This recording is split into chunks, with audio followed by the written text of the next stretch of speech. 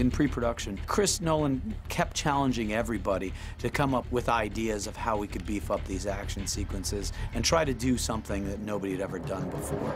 And this idea came up to flip this 18-wheeler over without use of CGI. And the guys, Paul Jennings and Tom Struthers and Chris Corbold, all sort of together figured out how this could be executed, and then found this incredible driver, Jim Wilkey, who was capable of doing it. This truck flip, devised by Chris Corbold and his guys, came about very much as a result of me just pushing them to do this flip with a 18-wheeler articulated truck.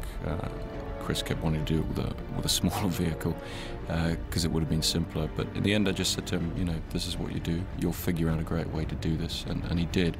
I had real strong reservations that we would achieve that, and I kept niggling at Chris about how we could compromise it and make it slightly different but more achievable. And in the end, I said, look, I'm going to do a test and I'm going to try this once. And if it looks like we're anywhere near getting this over, then I'll go for it. Got my two guys on it, and they built the biggest piston ever I've ever seen in my life in the back of this truck.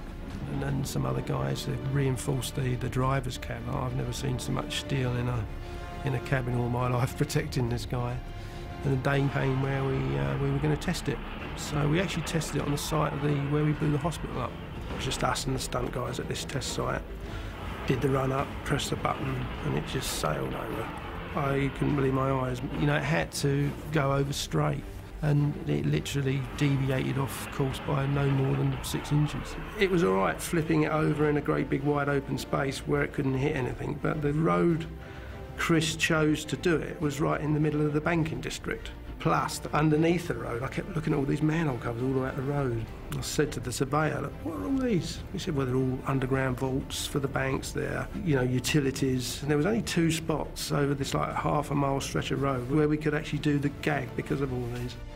They had a big chunk of TNT inside there to blow that air ram too. The only visual effect involved in that scene was to remove the ram that they had built inside the truck that actually catapulted it. Then, of course, we were shooting in IMAX. We put the IMAX cameras on the street to capture this. We had one camera inside the ultimate arm. You know, you're biting your nails when this thing's about to go down. And sure enough, you know, flip that thing up in the air. And Chris and I were really proud, I think, because we had all the cameras in the right places, and we captured some really stunning footage. We covered it from a lot of different angles, I think 7 different angles.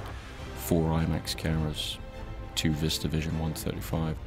I actually don't like to use a lot of multi-camera setups, but doing a stunt that is not repeatable like this, you really have to cover yourself and make sure you've got it from all angles. Back in the day, with multiple camera angles of stunts, you would double cut and try and, you know, stretch an event. The technique, I think, now is that we do stretch and double cut, but not obviously. So when the truck flips, for example, we're using only 2 angles. Now, back in the 80s, I probably would have used all 5. But now, it's more you just really analyse what are the best angles and just relax with the material, because it is, after all, a semi-trailer flipping in reality on a street.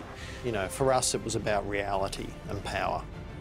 The angles we used in the final cut of the film were the one primary angle, which is the lev head, stabilised head moving along with the truck. And then we actually cut to VistaVision, kind of a throwaway camera that we put in a cop car and had a stunt guy drive at the truck as it flipped. And much to our surprise in the edit suite, we found that to be one of the most effective angles.